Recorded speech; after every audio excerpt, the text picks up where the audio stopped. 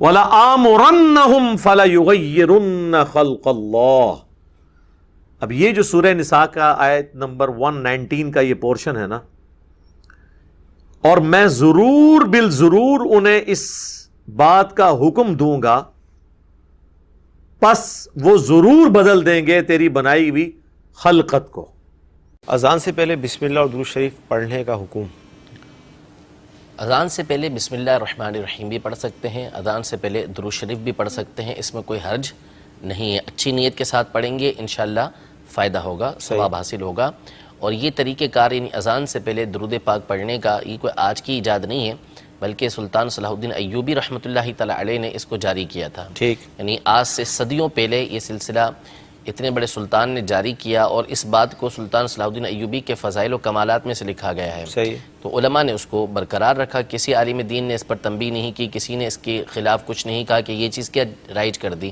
صحیح. تو سلطان صلاح الدین ایوبی رحمۃ اللہ تعالی علیہ نے اس کی اجازت مرحمت فرمائی اور آپ نے اس کو جاری کیا. اور دیکھیں بہت ساری چیزیں ایسی ہوتی ہیں کہ نبی کریم صلی اللہ تعالی علیہ وسلم کے زمانے اقدس میں نہیں ہوتی بظاہر، لیکن ہرگز یہ بات اس چیز کی دلیل نہیں ہے کہ وہ چیز ناجائز و حرام ہو جائے. حضور علیہ السلام نے کہیں یہ بات نہیں ارشاد فرمائی کہ ایسا کام کہ جو شریعت مطہرہ کے بالکل مطابق ہو، اس میں کوئی اصلاً حرج نہ ہو اور وہ چیز ناجائز و حرام ہو جائے، اگرچہ کہ وہ حضور علیہ السلام کے زمانے میں نہ ہو، وہ صحابہ کے زمانے میں نہ ہو، وہ تابعین کے زمانے میں نہ ہو. بس اتنا ہونا چاہیے کہ وہ شریعت مطہرہ سے ٹکرانی نہیں چاہیے. حدیث پاک میں فرمایا کہ من احدث فی امرنا ما لیس منہ فہو رد، یعنی اگر کسی نے کوئی ایسی چیز ہمارے دین میں ایجاد کی کہ جو ہمارے دین سے تعلق نہیں رکھتی، لیس منہ، جو اس میں سے یعنی اس دین میں سے نہیں ہے، فہو رد، وہ مردود ہے. صحیح. تو اگر وہ اسی کے مطابق ہے، اس اصول کے مطابق ہے، تو پھر اس میں کوئی حرج نہیں ہوگا. 3 پوائنٹس تو میں نے پچھلی دفعہ ڈسکس کیے تھے، اب آتے ہیں چوتھے پوائنٹ کی طرف. وہ ہے اذان سے پہلے الصلاۃ والسلام علیک یا رسول اللہ، یہ کلمات پڑھنا، اس کی شرعی حیثیت کیا ہے. اور اب تو بعض لوگوں نے اقامت کے ساتھ بھی یہ کلمات شروع کر دی ہیں، خصوصاً ہمارے جو دعوت اسلامی والے بھائی ہیں، انہوں نے پچھلے 5-7 سالوں میں ایک یہ اور نیا کام ایڈ کیا ہے کہ اقامت سے پہلے بھی الصلاۃ والسلام علیک یا رسول اللہ پڑھنا شروع کر دیا ہے. اب اس میں پہلی اصولی بات سمجھ لیجئے کہ جہاں تک اس سیغے کا تعلق ہے نا، الصلاۃ والسلام علیک یا رسول اللہ، اس سیغے سے ہمیں کوئی اختلاف نہیں. یہ صحیح احادیث سے ثابت ہے، کم از کم 3 کتابوں میں، اور میرا ریسرچ پیپر بھی چھپ چکا ہے، رسول اللہ کی آخری وصیتیں صلی اللہ علیہ وسلم، اور اس پر میں نے 12 ربیع الاول پہ ایک لیکچر بھی دیا تھا، ولادت مصطفیٰ صلی اللہ علیہ وسلم اور رسول اللہ کی آخری وصیتیں، 2 گھنٹے کا، جو اہل سنت پاک .com پر رکھا ہوا ہے.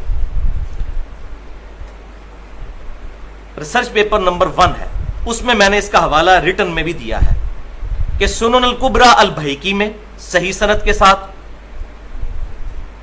اسی طریقے سے الموطا امام مالک میں صحیح سند کے ساتھ، اور المصنف ابن ابی شیبہ میں صحیح سند کے ساتھ یہ اثر موجود ہے. انٹرنیشنل نمبرنگ کے مطابق المصنف ابن ابی شیبہ میں 11793 نمبر روایت ہے کہ سیدنا عبداللہ بن عمر رضی اللہ تعالی عنہما جب کبھی بھی قبر رسول پر حاضر ہوتے تو پڑھتے السلام علیک یا رسول اللہ. پھر سیدنا ابوبکر کی قبر کے سامنے آ کر پڑھتے السلام علیک یا ابا بکر. پھر سیدنا عمر کے سامنے آ کر، ان کی قبر کے سامنے آ کر پڑھتے السلام علیک یا اباتا، اے میرے باپ آپ پر سلامتی ہو.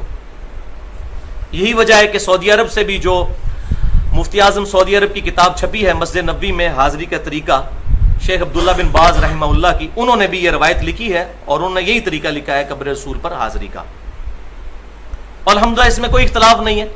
پاکستان میں بھی جو پہلے کچھ اہل حدیث علماء کی طرف سے غلط قسم کی ریزسٹنس سامنے آئی تھی، لیکن اب الحمدللہ اہل سنت میں سے بریلوی اور دیوبندی تو پہلے ہی قائل تھے. یہ تیسرا مکتبہ فکر جو ہے اہل حدیث، ان کی بھی جو اشاعت کا سب سے بڑا ادارہ ہے دارالسلام، پوری دنیا میں سب سے زیادہ کتابیں وہی چھاپ رہا ہے، انہوں نے بھی جو درود شریف کا کارڈ چھاپا ہے اس میں یہ سیگا لکھ دیا ہے کہ یہ ثابت ہے، لیکن قبر رسول پر جا کر یہاں سے پڑھنا یہ ثابت کوئی نہیں ہے. یہ قبر رسول کے لیے صحابہ اکرام علیہم رضوان صلی اللہ علیہ وآلہ وسلم قبر رسول صلی اللہ علیہ وسلم پر جا کر یہ درود شریف پڑھا کرتے تھے، لہٰذا یہ اس کے لیے مخصوص ہے. اگر اس کے علاوہ کہیں پڑھنا ثابت ہے تو ہمیں روایت پیش کی جائے، ہم ایکسپٹ کر لیں گے. اس کو آپ اس طرح سمجھ لیجئے، کیا ٹوائلٹ میں جاتے وقت مسجد میں جانے کی دعا پڑھی جا سکتی ہے؟ نہیں. اسی طریقے سے مسجد میں جاتے وقت ٹوائلٹ والی دعا نہیں پڑھی جائے گی.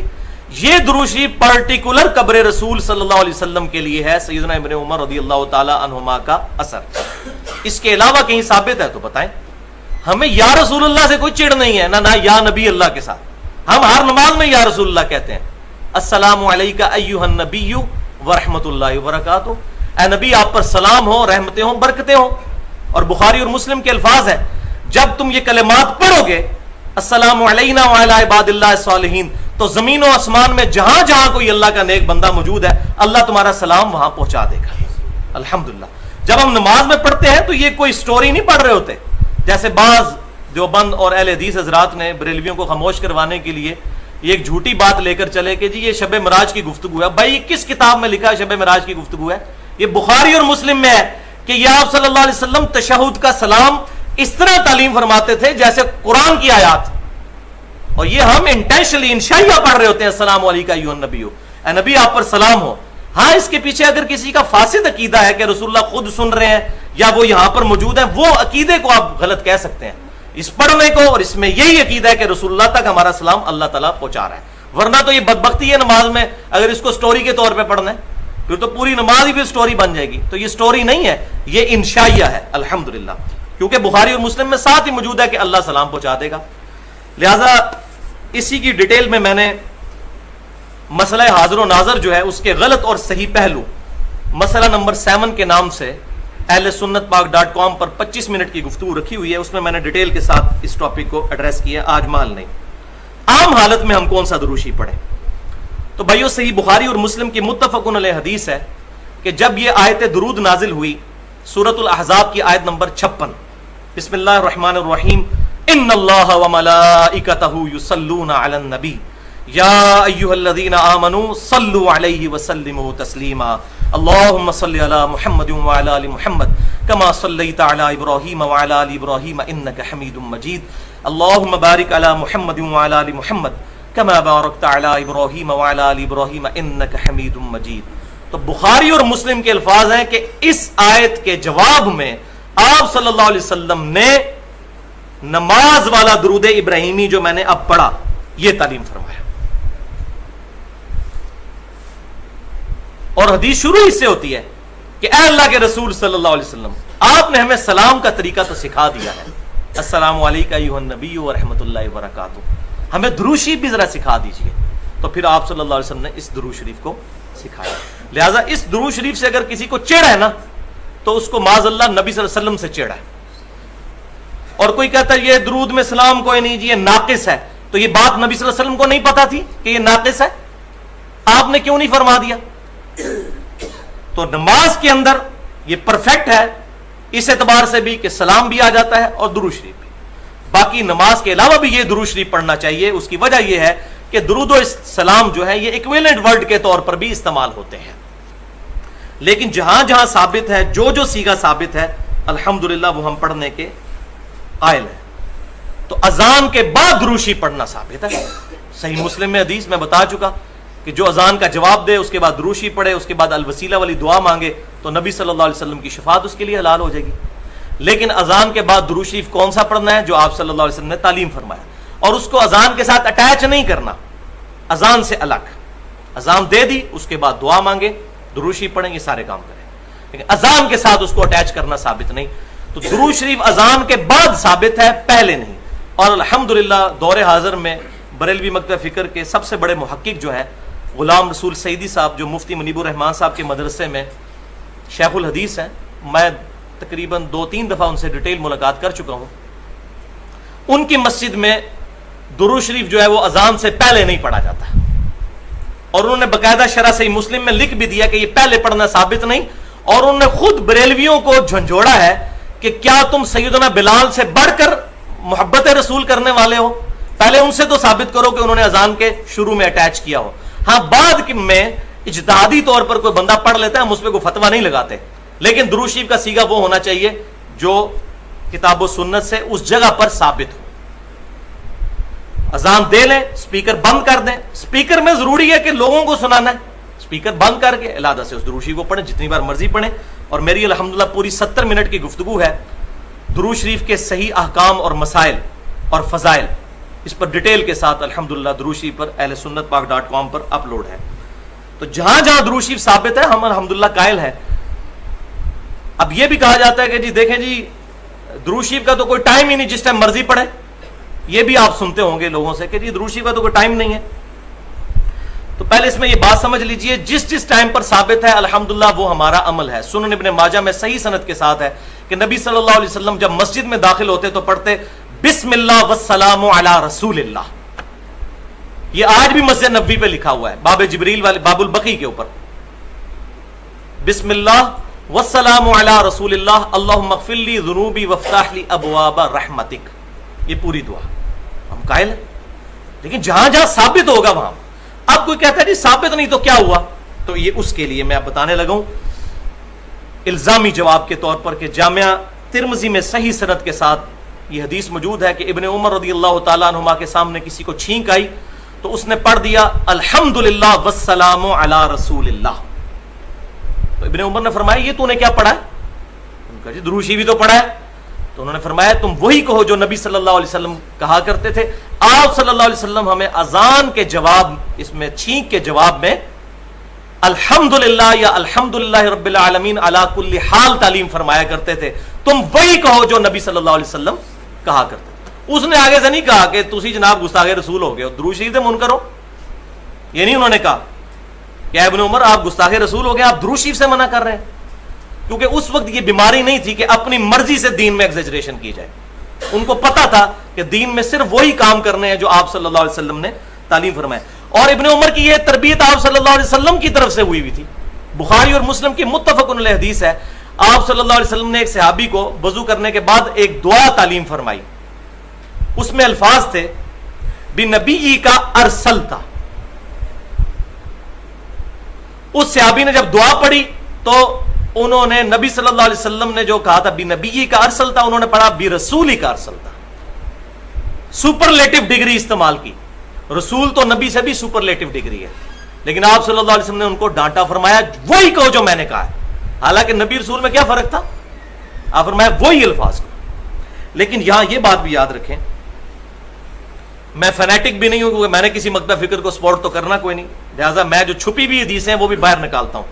پچھلی دفعہ میں نے حدیث بتائی نا صحیح بخاری سے کہ سیدنا یوشع ابن نون کی دعا سے سورج رک گیا تھا. تو یہ پہلے تو کسی نے نہیں بتائی ہے. ٹھیک ہے وہ روایت ضعیف ہے سیدنا علی والی کہ سورج واپس آ گیا تھا، لیکن یہ بخاری میں موجود ہے کہ یوشع ابن نون علیہ السلام کی دعا پر سورج اللہ نے روک دیا تھا.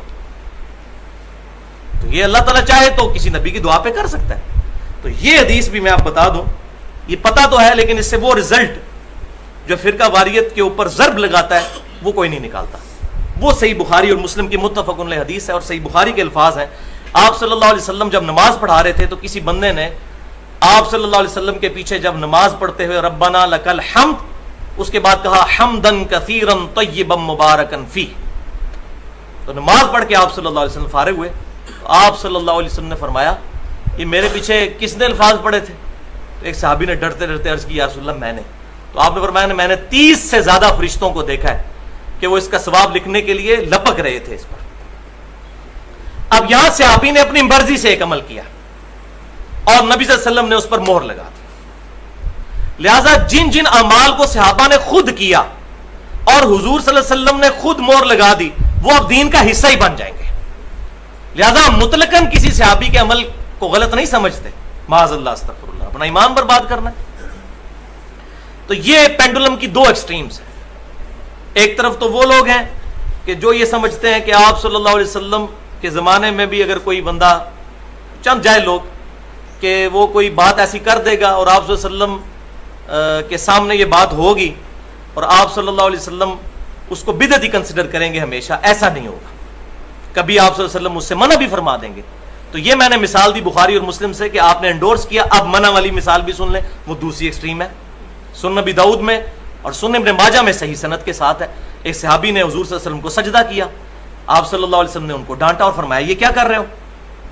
تو انہوں نے کہا کہ میں عراق میں کوفہ نامی جو شہر ہے اس کے پاس ہیرا ایک مقام، اس نجد میں وہاں گیا تھا، وہاں کے حکمران کو لوگ سجدہ کرتے ہیں، تو میں نے اس پر اجتہاداً یہ مسئلہ ظاہر ہے انہوں نے خرض کیا کہ میں آپ کو سجدہ کروں، آپ زیادہ لائق ہیں اس چیز کے۔ تو آپ صلی اللہ علیہ وسلم نے فرمایا اگر میں سجدہ جائز سمجھتا تو بیویوں کو کہتا کہ اپنے خامدوں کو سجدہ کریں اس حق کے سبب جو اللہ نے ان کو دیا۔ اب یہاں آپ صلی اللہ علیہ وسلم نے منع فرما دیا۔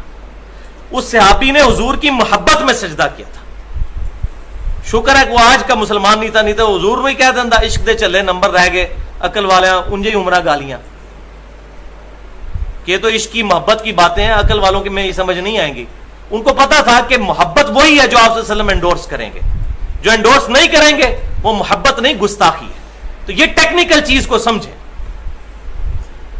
کتاب و سنت کے منہج پر چلنے والے لوگ اکثر جو علماء ہیں ان بچاروں کو تمیز ہی نہیں کہ بات کنوے کس طرح کرنی ہے، ایسے الٹے طریقے سے بات کرتے ہیں کہ بات ماننی بھی ہوگی، جو کہتا ہے جاؤ دفاع ہو گستاخ رسول۔ اب اس طریقے سے بات کو اگر آپ بتائیں گے کہ ہم یہ دیکھیں مثال، اب آپ خود بتائیے کہ آپ صلی اللہ علیہ وسلم نے کیوں منع فرمایا؟ محبت میں اجازت دینی چاہیے تھی۔ لہٰذا آپ صلی اللہ علیہ وسلم کی محبت میں وہی اعمال کیے جائیں گے جو آپ صلی اللہ علیہ وسلم کی طرف سے الاؤڈ ہوں گے، اپنی مرضی سے نہیں۔